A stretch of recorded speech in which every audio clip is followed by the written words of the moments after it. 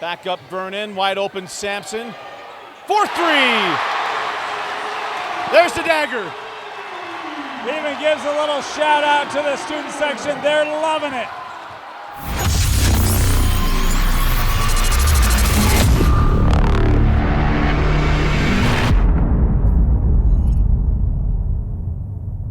Deseret News Rewind is presented by Heidemann & Associates, a full-service law firm dedicated to winning for you. Call them now for a free consultation. Welcome in Deseret News Rewind. Dusty, Litster, Dane, Stewart, as always, presented by Heidemann & Associates and brought to you by the Utah Army National Guard. That's right, Dusty. And Heidemann & Associates want to remind you of full-service law firm. It might be a personal need, a business need, neighbor dispute. Maybe you want to get your living will and trust set up. Call the experts at Heidemann & Associates, locations throughout the state of Utah. If you're living here, they're near you. Call them 801-754-4240 for a free consultation. Let them know Deseret News Rewind sent you. To learn more, you can visit utah.law. And if you're looking for the next step in life, if that's school, if that is a job training, up to 150 job training opportunities through the Utah Army National Guard, up to $20,000 in tuition assistance, or a signing bonus, depending on the job that you choose, go to nationalguard.com to learn more. All right, boys video, opening statement brought to you by Heidemann & Associates. In the last 2 weeks, there's been a statement made in this state, in 6A, a complete stamp and raising of the flag, and it is the Davis Darts. It is. I mean, you start off the week this week playing Syracuse, and Jake Sampson just sets a school record by hitting 10 threes. You know, no big deal. And then you got to welcome in the crosstown region rival, the Layton Lancers. And you want to know how much these two teams don't like each other? We're 25 minutes after the game is finished. You still have Layton and Davis fans, and they're not mixing down on the floor, folks. You got pods of teams' respective I'm colors. glad you noticed that. I'm looking at it right now. Yeah, we can. It's real. It's real. It was a fun atmosphere tonight, man. Packed house, seats were full. The upper track was full. Awesome. But it was a night for the Davis Darts. And Dusty, the clinic they put on really dominated. I mean, the offense, they had all sorts of driving lanes, but the defense was dialed in. They created a lot of turnovers from this Layton team. Layton looked a little out of sorts, never quite found that rhythm. Davis evens up the season series, but the most important thing, hey, they got a one-game lead for the region title with just, 2 left to play. Yep. Davis got to feel really comfortable where they're at. Not done, right? This is not a locked-in state championship in 6A, but Davis, that stamp of they are the team to beat in 6A. And here's one note for you, because we have our awards we do. Yeah. Most unheralded player just might be Trevin Leanhart. Okay. I was going to go another route. Well, where are you going to go? I was going to say Jax Pierce. But it's a Davis Dart nonetheless. It's someone on this team. You can make an argument for 3 of their starting 5. Or Perrineau. Yeah, I know. Yeah. Although they can't be in some people in the football team. How are they unheralded if you talk about them? Well, no one else does. Yeah. And that's why we do that. That's how. Well, but it's a good one. And it can't. Layton has got to bounce back. Yeah. You got Fremont on Thursday to close out the season. And folks, we'll be there.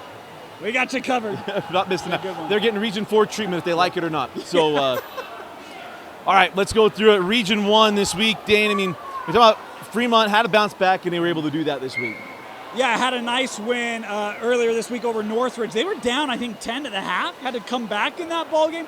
Look, when they've lost to Davis, it's taken a little bit for them to kind of lick their wounds, get the heads back focused and right. But when they do, they're good. And look, they got the heads back right now. They had a game tonight against Syracuse. Don't know how that one finished, but they got Layton next week. I mean, this is your shot to get things right with the state tournament coming up. How about Weber had a nice win this week over Syracuse? Max Triplett, 23 points, 16 rebounds in the win for the Warriors. Region 2 is the West Jordan Jaguars, 7-0. And they're going to play Taylorsville this week. Now, that would have been for a region championship had it not been for the Cypress Pirates, Coach Smith. Quentin Meza, look, they got another opportunity at Taylorsville at the Warriors' house. They took advantage, 62-53. Quentin Meza had 20 points. How about 22 of 33 from the line for the Cypress Pirates? They get revenge on Taylorsville, and that means West Jordan kind of all alone in Region 2. They play Taylorsville this week. Might that be an opportunity for us to showcase West Jordan? We'll let you know. We'll let you know. See if we can get that one worked out. Yeah. Region 3, will a leader please stand up? 6-2 Copper Hills, Jordan 5-2, Bingham 5-2 coming into the night. Just when you feel like this is Copper Hills region, they go through the first round, they beat everybody, they lose to Bingham 74-53. Tyler West with 30 points in that one for Bingham to lead the way. And then they fall to Riverton. That one I was like, wow. Cody Nixon had 17. Hutchins had 27 for Copper Hills in a losing effort, 60-51. Bingham beats Harriman this week. Harriman beats Jordan. Region 3's all over the place. Our pets' heads are falling off. All over the place. You don't know that movie reference. Parents got to do better. I feel sorry. Yeah. Got to do better. Region 4, big win tonight. PG knocking off the pesky Corner Canyon Chargers. You know, and that's an impressive win. I mean, Corner Canyon had a win earlier in the week against Skyridge. And, you know, this Corner Canyon team, we talk about Trace Ross, how good he is. He had 26 in that win over Skyridge. Snowdy only had 6. That's the lowest points for Snowdy since his sophomore year against Woods Cross. That just doesn't happen. PG got a nice win over Lone Peak this week. It was Jordan Ross, the freshman point guard, with a big night, 20 points in the win. He's a young man we're going to talk about. You want to talk about up-and-comers? Jordan Ross for PG, a young man to keep your eye on. How about the week for PG, though? That's 77-71. They were running away from Lone Peak, and Lone Peak reeled back in. How about this? On a down year for Lone Peak, they still couldn't sweep them. But they got one of the big games this week, Skyridge and Westlake. For PG right now, sitting at the top of region, waiting for those games to come in from Skyridge. Region 5, if we turn into 5A now. Well, how about this? Farmington was right at the top. Yeah. A tough week, but it is right now Bountiful sitting at 6-1. You know who beat them?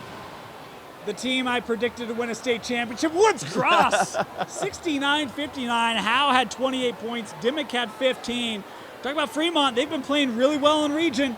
Woods Cross goes, knocks them off. Yeah, Farmington been having an interesting one. Yeah. All right, Region 6. Will the leader please stand up? This is the most nutty region of them all. I love it. I'm just reading the standings. East 9-3, Brighton 8-3, Murray 8-3, Olympus 8-4. Oh, by the way, Hillcrest is 6-5. Coming into the week, they were all 8-3. You had 4 teams tied for first with a week and a half to go in the season. Unreal, this region. How about the weeks? Where do we want to go? Caden Kuhn had a career high. Congratulations, Caden, 27 points in the win over Cottonwood for Olympus. Then Brighton beats Olympus 63-60. Landon Barton had 23. East knocked off Murray. Mulabea led the way. Any given night, man, Region 7. Let's go leading the way, shall we? East beat Olympus tonight. Andre Mulabea, 34 points. You know, some of us say he might be one of the better players in the state, and one of us kind of blows it off. No, one of the better. You said the best. You didn't say one of the better. You said the best. Probably most underrated. Here's one unheralded part of this. Not very heralded for all that he does. Yeah. And has everything. done. Yeah. But 34 points, 6 boards, knocked down 3 threes, had 3 assists, and a steal on the night. That kid is so good. So good. By the way, they only scored 69 points tonight, and he scored 34 of them. That's pretty good. Oh, man. Pretty good. But a big week this week in Region 6. So Region 7, sometimes you feel like a nut. That's all the regions in 5A. Lehigh still in the lead, 8-3 on the week, or on the season right now in region, and got a win 63-56 over Pineview. Boy, you know, Pineview had a nice win earlier in the week over Timpanogos. And then Timpanogos goes and beats Orem. We talk about teams beating up on each other. To your point, it's happening in every region. And in Region 7 in particular, I don't know who the best team is. And folks, we have every 5A and 6A game at the Huntsman Center. Yeah, we do. That is why this smile is on my face. This 5A tournaments can be... I was talking to a coach this week in 5A. I said, I don't ever remember a year where it was so wide open. He's like, I agree.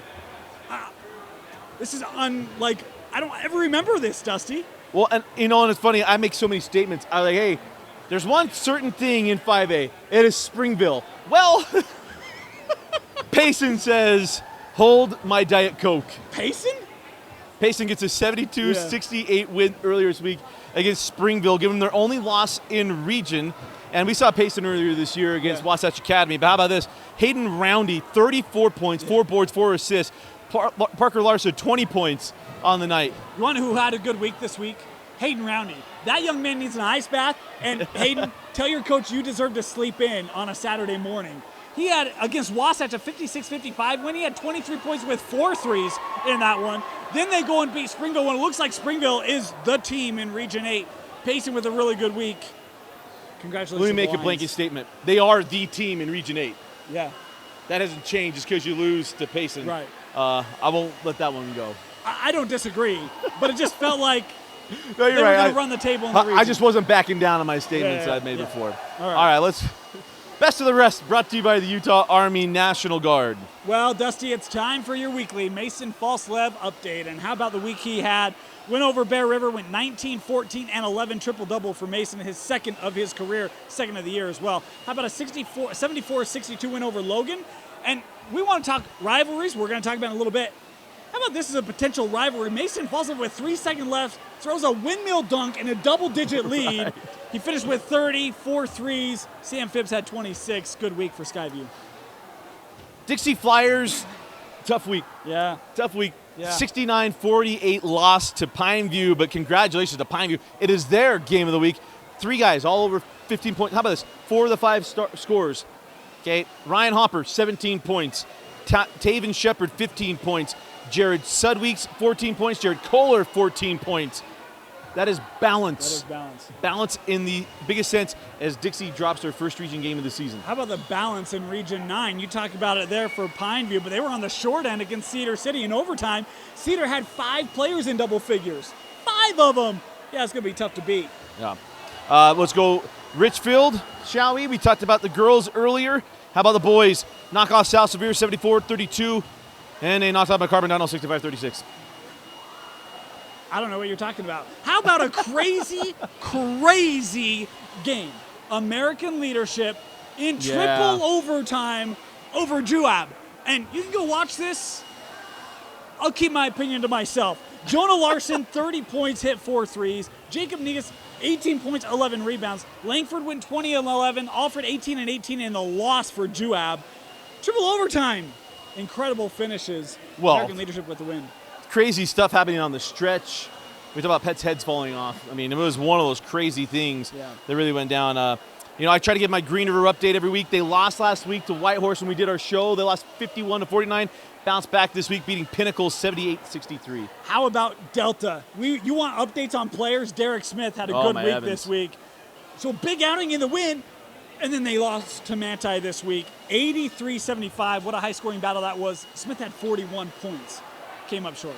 They don't give up 50 as a team very often, does Manti? They give up 40-1. Hey, they got the win, though. In fairness, he's a really good one. Yeah. He's a really good one. Smith family name in Delta. Yeah. Been around for a long, long time. How about the Winged Lions update this week? 11-0 in region play. Got a 74-49 win over Waterford and also ran away from Rockwell earlier this week as well. You want to talk Region 17?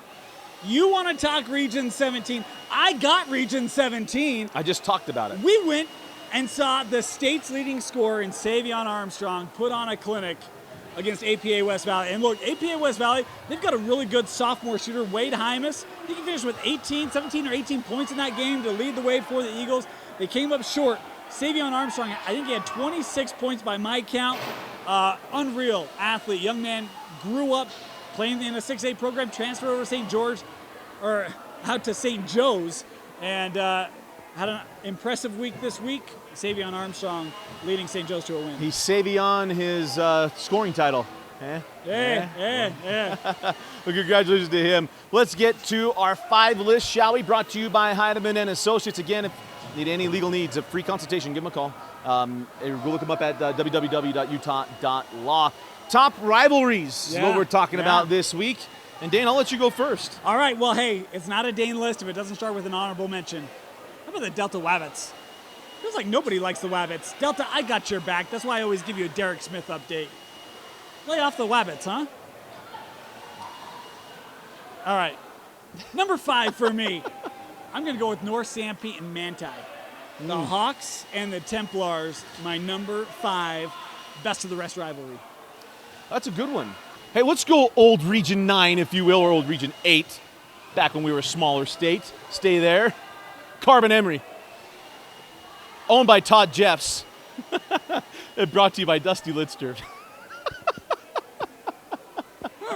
Not much of rivalry on the boys' side, but always fun games. And Sean Bradley. Not very many of these games have guys who played in the NBA for multiple years, and Sean Bradley owned Carbon. Yeah. Emory's owned Carbon, and Todd Jeffs has coached that entire time. So, owned by Todd Jeffs and brought to you by Dusty Litster. All right, I'll be honest.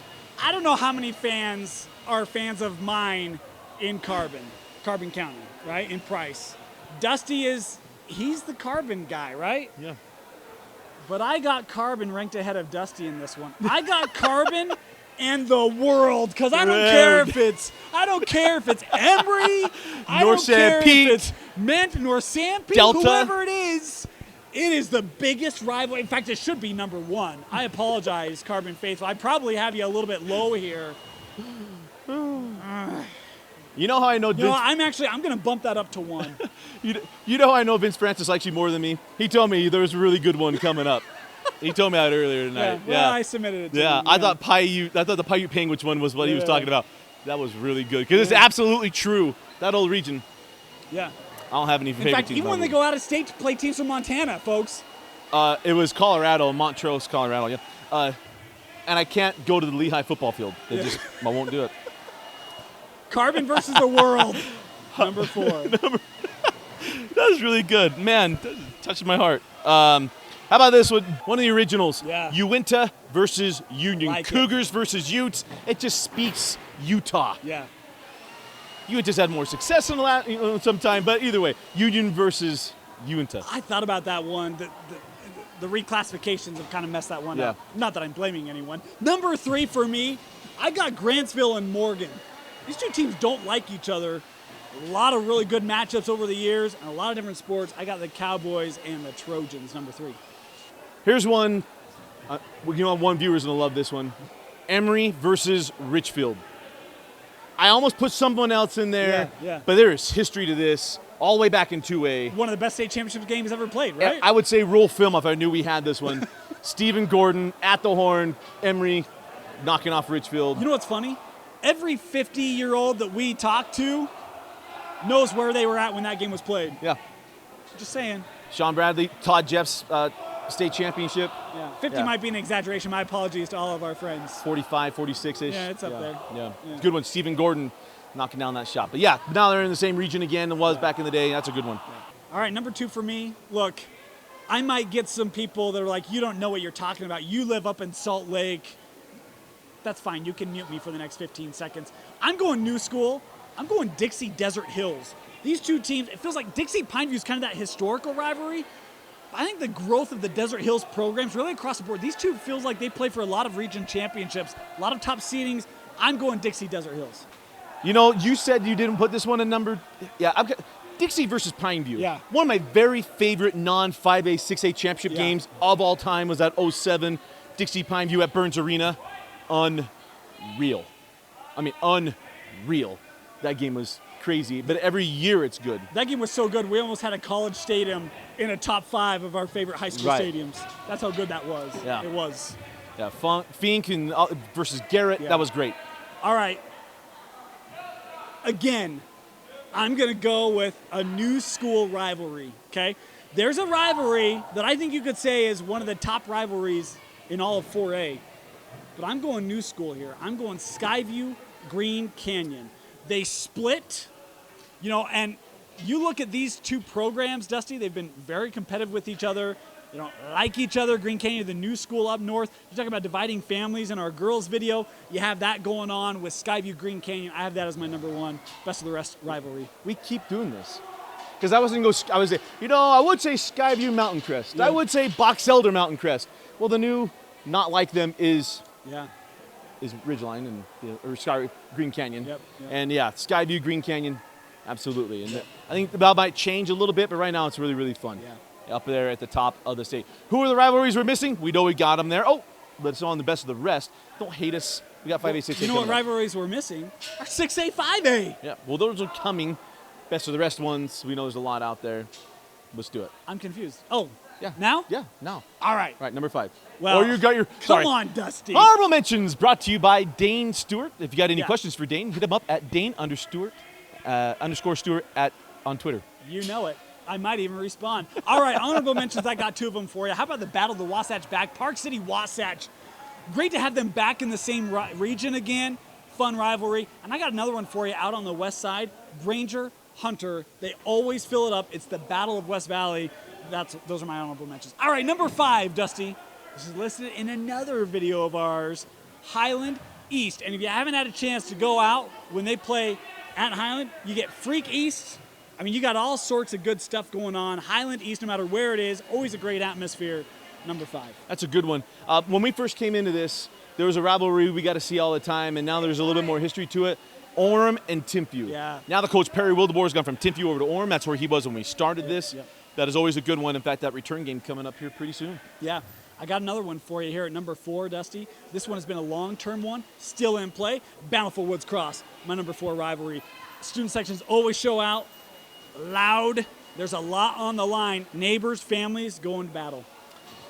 This one has been a state championship and maybe should be a little bit higher for me. But actually, that one's replaced it. Lone Peak AF.